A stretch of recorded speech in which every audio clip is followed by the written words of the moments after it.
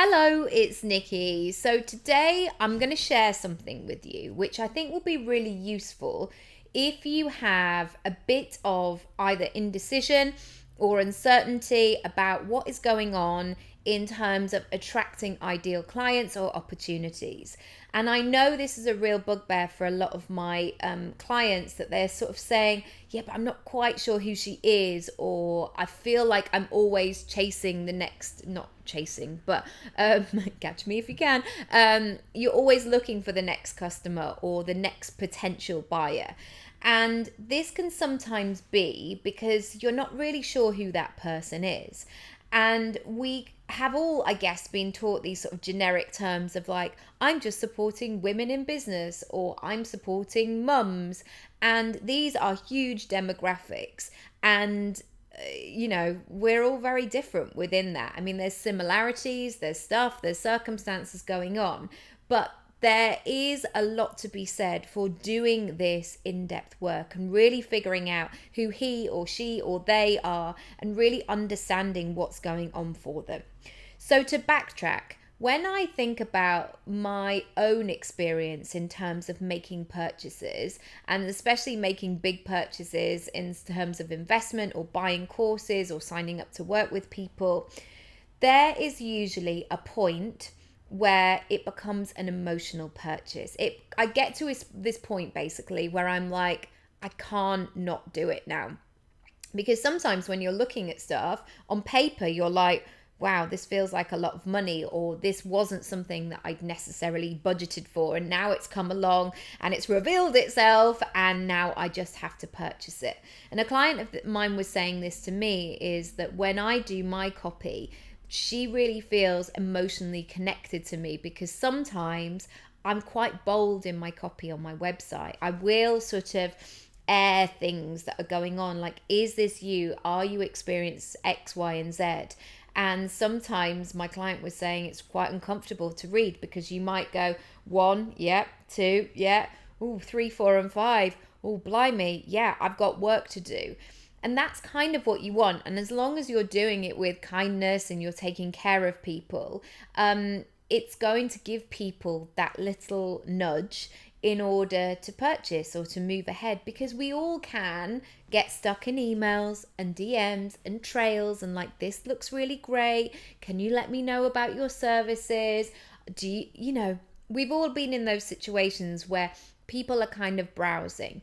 And you know what? I'm a busy person. You're a busy person. You want to get to that stage where it's like, are we doing this? Are we getting into it? Let's go. Okay, so this is the exercise, which is for you to consider, what are your client or your customers' 3 a.m. thoughts, or 4 or 2, whatever time of night resonates with you. For me, it's usually about 3 a.m. So I've got 2 children, 1 and 4. And since 2015, one of the things, even though my life has gained in so many different ways from having children, one of the things that I have released or let go or temporarily put on hold has been sleep. And I know that if I don't really watch my sleep, that 3 a.m. moment is my time where I feel anxious. I feel like my head is going 100 miles an hour. I have all kinds of fears, or basically I kind of get a lot of clarity around that time about what I need or what's going on or where I need to make some moves in my life. And I want you to think about what that is for your client, and really explore what that is and what process are they going through, what else is going on in their world that they know that they need to sign up or join or book or whatever it might be, that moment where they go into action.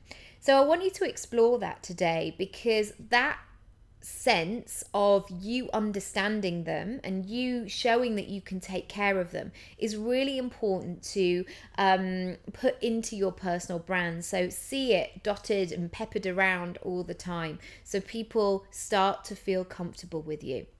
I did a post about this recently, that actually for us as women generally, we find it really difficult to ask for help anyway. You know, the amount of times that someone goes, can I open the door for you? Do you want a hand with your suitcase? Do you want me to take your kid to the park while you do X, Y, and Z? Like, I found that really difficult for many, many years. So now the fact that I invest, I spend money on support, oh my goodness, in the beginning, it really played with this sense that no, it's all right, I can do it myself. No, I'm fine, independent woman, right?